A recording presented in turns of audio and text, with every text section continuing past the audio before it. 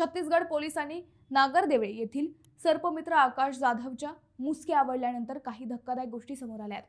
तो राज्यात गांजा तस्करीचे रॅकेट चालवित असल्याची माहिती समोर आली आहे. साधारण 7 महिन्यांपूर्वी ओडिसा राज्यातून लोखंडी सळईच्या ट्रकमधून अहिल्यानगरमध्ये गांजा विक्रीसाठी आणला जात आहे, अशी गोपनीय माहिती कोतवाली पोलिसांना मिळाली होती. त्यानुसार कोतवाली पोलीस ठाण्याचे तत्कालीन पोलीस निरीक्षक प्रताप दराडे यांच्यासह पथकाने 20 जुलै 2025 रोजी रात्री केडगाव बायपास रोडवर सापळा रचला होता. यात पोलिसांनी 88 लाख रुपये किमतीचा 100 किलो गांजा जप्त केला.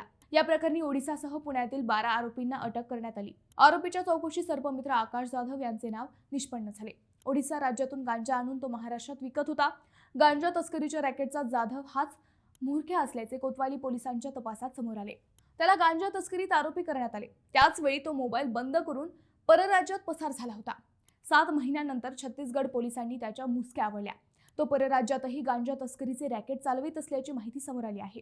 त्याचे हे कनेक्शन पाहून पोलीसही चक्रावले आहेत.